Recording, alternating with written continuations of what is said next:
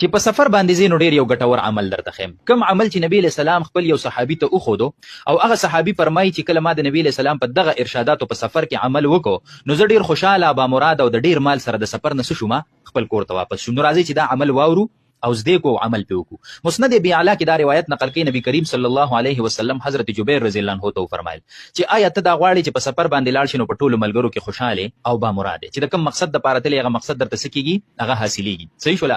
نو صحابي مبارک ورته جواب کوي چې او د الله پیغمبر زدا غواړم. نو نبی له سلام ورته فرمایل چې په سفر کې د 15 سورتونو سکوا اهتمام کوه. دا 15 سورتونه وایا. سوره کافرون وایا قل یا ایها الکافرون، سوره نصر وایا اذا جاء نصر الله والفتح، سوره اخلاص وایا قل هو الله احد، سوره فلق وایا قل اعوذ برب الفلق، او سوره الناس وایا قل اعوذ برب الناس. او به طریقه ورته خی چې هر سورت شروع کینو د بسم الله الرحمن الرحیم نه شروع کوه. صحیح شو لکنه د بسم الله نه سورت شروع کوه او چې ختم دکنه بسم الله وایا. نو بسم الله بشپک پیری شي. د هر سورت نه مخکې 15 سورتونه دي نو دا 15 پیری بداشي بسم الله الرحمن الرحیم او به اخیری سورت قل اعوذ برب الناس چې ختم کینو دا غي نه پس بیا سو وایا بسم الله الرحمن الرحیم وای. نو مبارک ورته سو خدا دا طریقه خدا. نو دا سورتونه تاسو په سفر کې وای دا د منځنه پسم وای چې هغه کې سړی ته مکمل اویږي ناس وی او دسیم وی که په سفر روانه د ډرایوینګ په حالت کې یا په گاډي کې ناس نو د ځان سره سکه وای مسخوتن چې سملې وای سحر بیا وای د دې سورتونو اهتمام کوه. دا صحابي و چې کله ما په دې باندې عمل وکړو نو زه د ډیر مال سره شوم خپل کور ته خوشاله او با مراده ده شوم واپس